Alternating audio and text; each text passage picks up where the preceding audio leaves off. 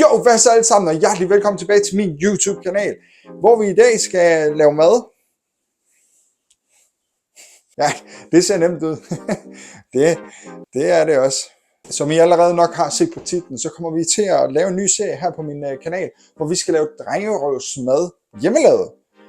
Det vil sige, bund og grund, så er det bare egentlig grillmad, burger, sådan nogle, du ved, alle de der ting, der er drengerøvsmad. Til at starte med, jeg tænker, at vi skal igennem alt det her, vi kan finde på en grillbar. Det er jo alt bøf sandwich, whatever. Bøf sandwich, burger, kebab mix, flæskestegsburger. Alle sådan nogle ting, vi skal igennem. Og så kan vi se, om vi kan lave det lige så godt herhjemme med vores ting, vi har herhjemme, og vi kan få i et supermarked. Og billigt selvfølgelig. Det skal vi også huske på. Den her ret, jeg skal lave i dag, er måske lidt sundere, end hvis du købte den ved en grillbar. Men som I har set på titlen, så hedder det her altså drengerøvsmad, og der kommer til at være en helt ny serie her på min kanal, så hvis du kan lide, når du døgner med alt det her, kan lide og gerne vil se mere drengerøvsmad, eventuelt har et forslag til, hvad jeg kan lave af drengerøvsmad, eller skal prøve at lave i det mindste af drengerøvsmad, så smid det ned i kommentaren.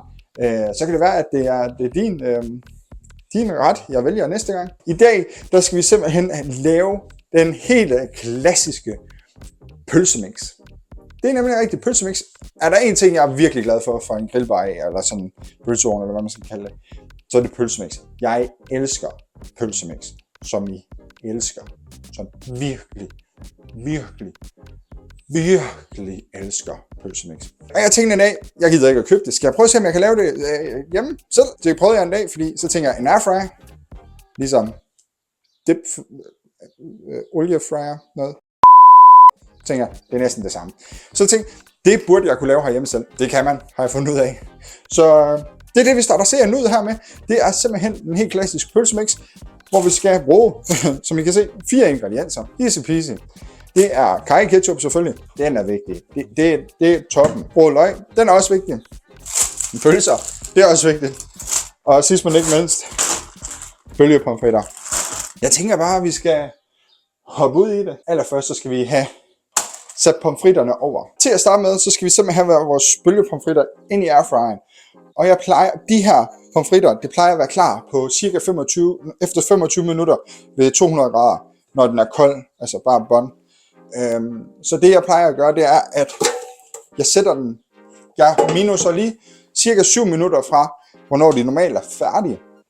Fordi når de er ved at være færdige, så skal vi have vores pølser i, så det skal varme sammen, ligesom i en frityr. 200 grader og 18 minutter.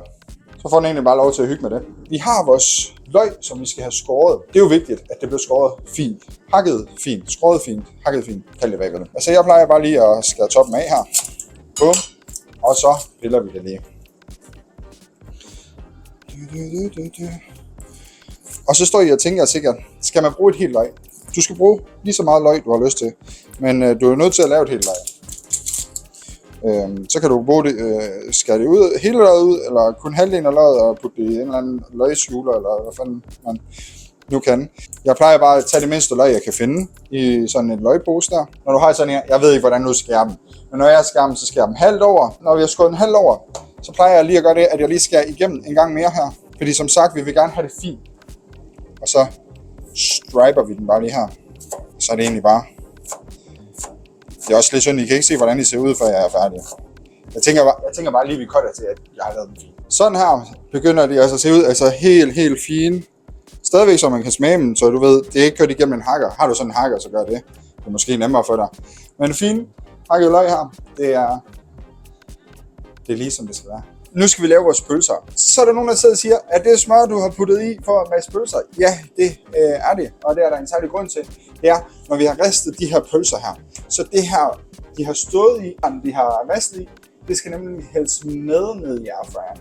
Det gør, at de her pomfritter ikke bliver sådan, du ved, ovenhårde, altså sådan, de bliver tørre, men at de bliver sådan lidt mere frityragtige, uden at være frityre, uden at det er for meget eller for lidt eller noget som helst.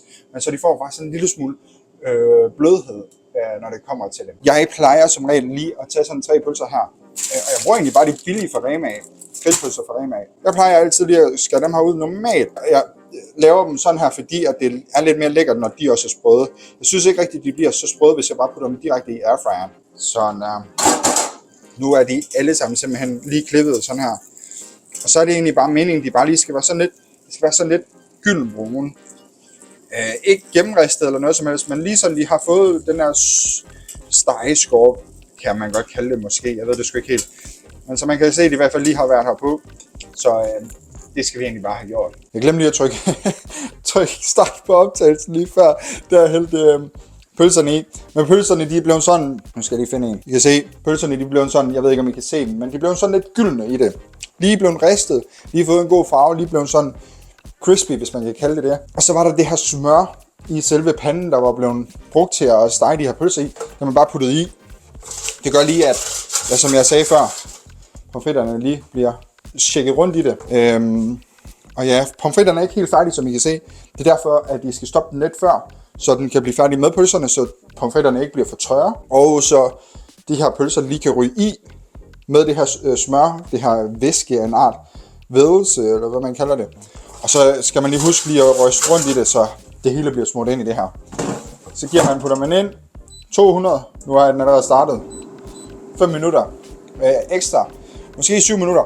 Det er sådan lige på gefylden, det kommer lidt an på, hvilken airfryer du har. Vi vender tilbage, når det er done, eller når vi skal til at anrette det. Det lyder også fint, når man siger, når man skal anrette det. Det bliver fint anrettet, kan vi ikke sige det? Så er vores pomfritter og pølser færdige i airfryeren. Så nu skal vi til at anrette det. Og jeg har fundet ud af, at jeg har lavet en lidt stor portion, men hey. Stor dreng, stor portion åbenbart. Jeg har sådan en lille fad her, jeg lige bruger. Normalt vil jeg nok kun bruge en tallerken, så det ser lidt voldsomt ud, det her. Som I kan se her, så ser det dejligt lækkert ud. Vi kører dem lige rundt, og er sikker på, at det hele er blandet sammen. Så det er egentlig bare hælde det ud i det her fad her. Ser det sådan her ud? Det ligner jo pølsemix. Det ligner jo pølsemix, som vi kender det. Når vi har gjort det, så har vi vores karry ketchup. Jeg kan godt lide karry, så jeg plejer altid lige at putte lidt ekstra karry på. Det her, det synes min yndlings karry ketchup. Den er monstergod. Bare godt med det her på. Sådan her. Så har vi vores løg her. Det er bare som I kender det. Drys ud over. Jeg kan godt lide, at der kommer godt med løg på. Det giver noget smag til den. Sådan der. Så er vi jo egentlig done med det her. Jeg tænker bare, at vi skal dykke ned i det og se, hvordan det smager. Sådan her. Jamen altså, jeg ved jo egentlig godt, hvordan det smager. Det smager pisse lækkert. Men jeg tænker, vi dykker ned i det. Og ligesom lige prøver det. Godt med pomfritter, sovs, det hele.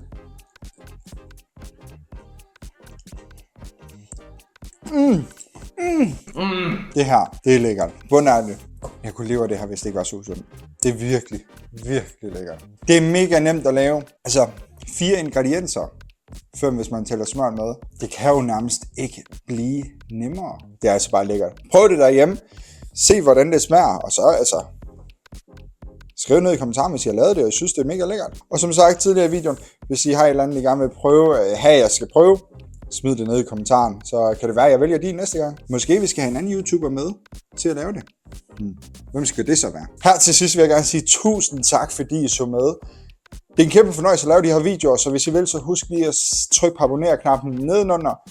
Smid et like, hvis I kunne lide videoen, og så del det med jeres venner. Og hvis du gerne vil have muligheden for at dukke op som de her 2 her, så skal du altså bare abonnere på kanalen. Tusind tak, fordi I så med. Ha' det godt, indtil vi ses igen. Hej.